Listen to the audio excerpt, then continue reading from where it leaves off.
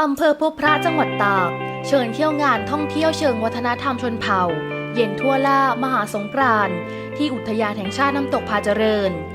ในวันที่ 11 เมษายน 2560 เวลา 8:30 นาทีพร้อมกันที่บริเวณจัดงาน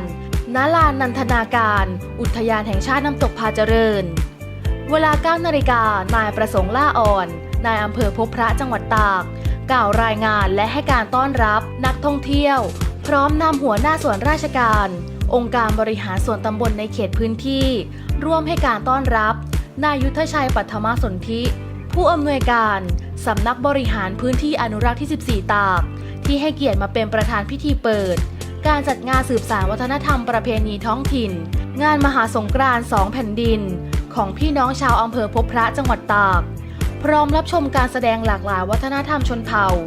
การแสดงของนักเรียนโรงเรียนป่าไม้อุทิศ 4การแสดงวิถีชีวิตหลากหลายวัฒนธรรมชนเผ่า9 ชาติพันธุ์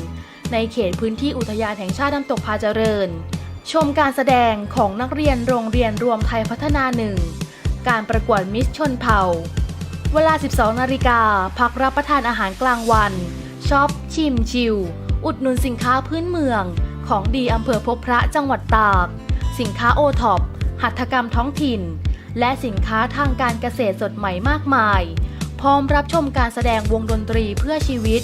ของทางเจ้าหน้าที่อุทยานแห่งชาติน้ำตกพาเจริญเวลา 13 นาฬิกาชมการแสดงวิถีชีวิตหลากหลายวัฒนธรรมชนเผ่าการแสดงของนักเรียนโรงเรียนรวมไทยพัฒนา 1พร้อมร่วมชมเชียร์การประกาศผลรางวัลและพิธีมอบรางวัลมิสชนเผ่าประจำปี 2560 ภายในงานมีการจำหน่ายของที่ระลึกการแสดงอาหารพื้นเมืองชนเผ่าร่วมถ่ายภาพเป็นที่ระลึกพร้อมร่วมพิธีส่งน้ำพระเพื่อสร้างความเป็นสิริมงคลให้แก่ตนเองและครอบครัวเนื่องในวันปีใหม่เมืองเย็นทั่วล่ามหาสงกรานต์ที่อุทยานแห่งชาติน้ำตกพาเจริญอำเภอพบพระจังหวัดตาก